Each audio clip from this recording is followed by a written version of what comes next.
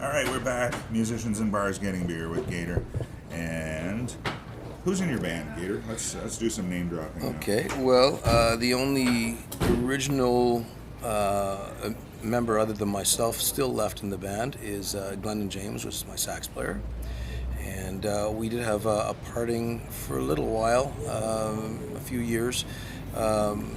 Basically, he had pursued a few other interests, and we've rejoined back just in the last 4 or 5 years now.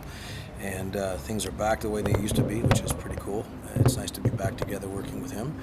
My bass player, Tony Z, joined the band about 12 years ago, 10, 12 years ago now.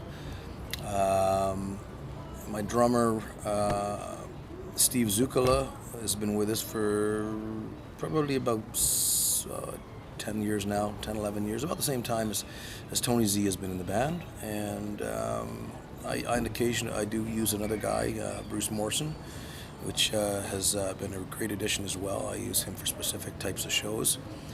But for the most part, it stays pretty much the main core of the guys that I use all on a regular basis.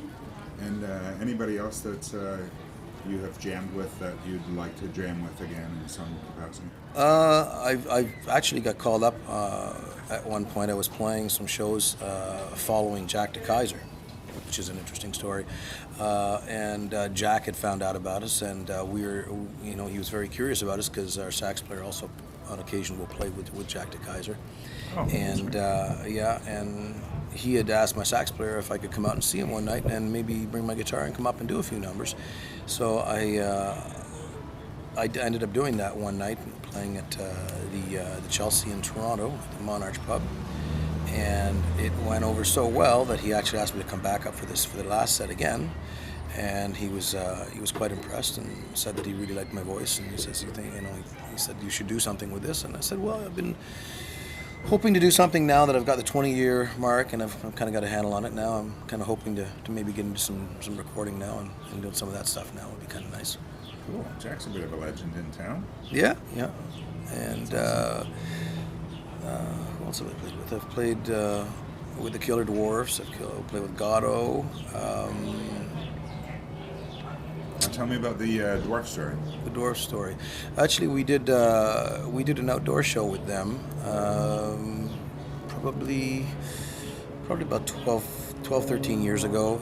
They happened to be in Oshawa, and we were doing an outdoor beach bash thing, and they were headlining it, and we did the show alongside them. I think we were on just before they were, so we're kind of on the same sort of bill on the same stage and everything. So that was kind of cool. I've known Daryl for quite a number of years. We were all school buddies, and I used to play with Mike Hall for a year or two. I played with him when we were in a band called Anthem years back ago. And Paul Formosa, and people like I've known people like Darren Smith for a number of years. We've done shows alongside each other's bands and stuff when he was with Herb Scarum.